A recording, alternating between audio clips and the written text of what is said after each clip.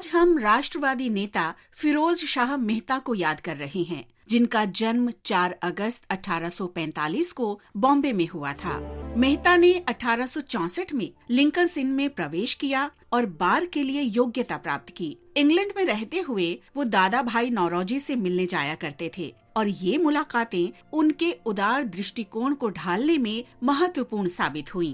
केटी तैलंग और बदरुद्दीन तैयब जी के अलावा रानाडे गोखले, दिनशॉ वाचा, उमेश चंद्र बनर्जी और बाल मोहन वागले उनके कुछ करीबी दोस्त थे। शिक्षा के प्रति वो जीवन भर आकर्षित रहे। फिरोज शाह मेहता ने शिक्षा को ऐसा माध्यम माना जिसके जरिए भारत तेजी से अपना आधुनिकीकरण कर सकता है। उन्होंने स्वदेशी बैंक यानी सेंट्रल बैंक ऑफ इंडिया की स्थापना में मदद की। मेहता को मुख्य रूप से आधुनिक बॉम्बे नगर निगम के संस्थापक के रूप में याद किया जाता है, जिसे उन्होंने लगभग आधी शताब्दी तक विशिष्ट तरीके से बढ़ावा दिया और वहां सेवा की। वो मुख्य रूप से अंग्रेजी समाचार पत्र बॉम्बे क्रॉनिकल की स्थापना के लिए जाने जाते थे, जो राष्ट्रवादी आंदोलन के प्रति भारतीय जनता की राय व्यक्त करने के लिए एक महत्वपूर्ण साधन बन गया था। न्यायमूर्ति तैलंग के साथ उन्होंने 1885 में बॉम्बे प्रेसिडेंसी एसोसिएशन की स्थापना की और इसके सचिव के रूप में कार्य किया।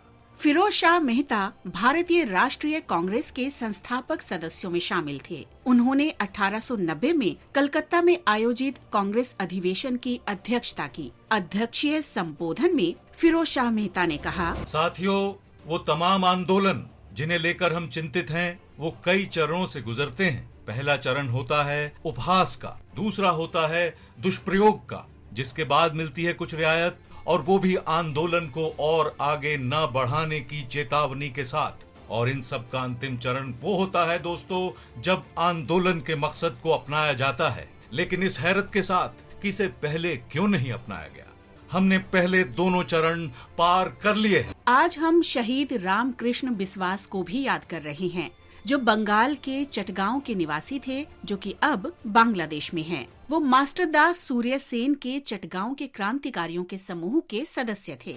उन्हें मास्टर दा ने पुलिस महानिरीक्षक क्रेग की हत्या करने का निर्देश दिया था। वे रामकृष्ण काली चक्रवर्ती के साथ 1 दिसंबर 1930 को चांदपुर स्टेशन गए। उन्होंने क्रेग समझकर कोमिला के चांदपुर में इंस्पेक्टर तारिणी मुखर्जी को गोली मारकर उनकी हत्या कर दी। पुलिस ने उनका पीछा किया और उस जगह से करीब 22 मील दूर उन्हें पकड़ लिया गया। अदालत में उन पर मुकदमा चलाया गया और उन्हें मौत की सजा सुनाई गई।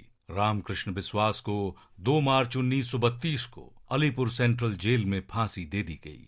4 अगस्त लाल सिंह की भी पुण्यतिथि होती है। उनका जन्म 1890 में पंजाब में हुआ था। अंडमान द्वीप में ले जाए जाने के बाद उन्होंने वहां अपना व्यवसाय स्थापित किया।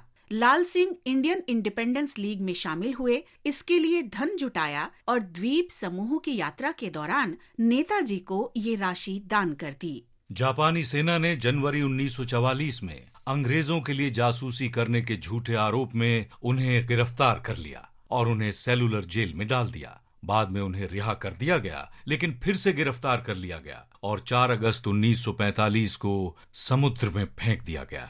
4 अगस्त शहीद रंगा खां की भी पुण्यतिथि है। वो अंग्रेजी ईस्ट इंडिया कंपनी की घुड़सवार सेना में कार्यरत थे। उन्होंने कंपनी की सेना की नौकरी छोड़ दी और 1857 में प्रथम स्वतंत्रता संग्राम में भाग लिया। उन्हें मुजफ्फरपुर में विद्रोह और लूट के आरोप में गिरफ्तार किया गया।